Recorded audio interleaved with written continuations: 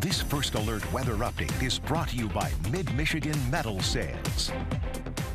Good evening, I'm First Alert meteorologist Diane Phillips. We are looking at wet weather with just some scattered showers here for your evening. But as cold air starts to come in, we will switch over from liquid to frozen precipitation. So be mindful of those conditions tonight. Though the precipitation is again scattered, we will find after midnight that better snow chance. So we would be seeing that snow along and east of 75. We're really watching here into the thumb for some of our better snow coverage. I want to first alert though everybody, even if you don't see snow on the ground headed out the door tomorrow, with our roadways being wet, and if we get enough wind, we can maybe dry those roads out, but we could run into a flash freeze and then black ice on roadways because anything that is wet is going to be able to freeze up tonight with lows that are going to be headed in the 20s. Now we will find that any snow that we do pick up does try to melt away, as we will see some gradual clearing in our clouds, but the forecast has just a few flurries that we're watching for Thursday night into Friday morning before we really quiet down the forecast. We'll be looking at partly cloudy skies for your Friday,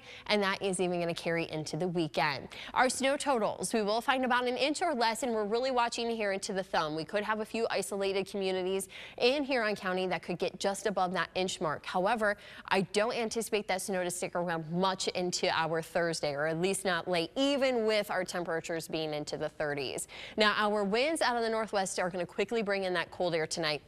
And on the backside of the storm, they will be strong. We'll find that our winds overnight gust up towards 40 miles per hour. We'll even see that as we head out the door tomorrow. So not only do you have to watch for black ice on roadways, but you may have the wind trying to tug at the wheel. Thankfully, though, the wind speeds do start to settle down around 25 to 30 miles per hour into the afternoon. Our lows tonight are going to be into the low to mid 20s. So this is why we are watching for that flash freeze. Though it takes us some time to get there, we still are going to be below freezing for much of the night. In the next 7 days, we will find our temperatures into the 30s and 40s. That carries us through the weekend before we see a spring warm up with 50s for next week. And once we even get through the wet weather tonight, we start to introduce some more sunshine in. Still a few clouds are hanging around, but we have pleasant conditions through the weekend and early next week. Stay with WNEM TV5 on air, on the go, and online for more news and weather updates.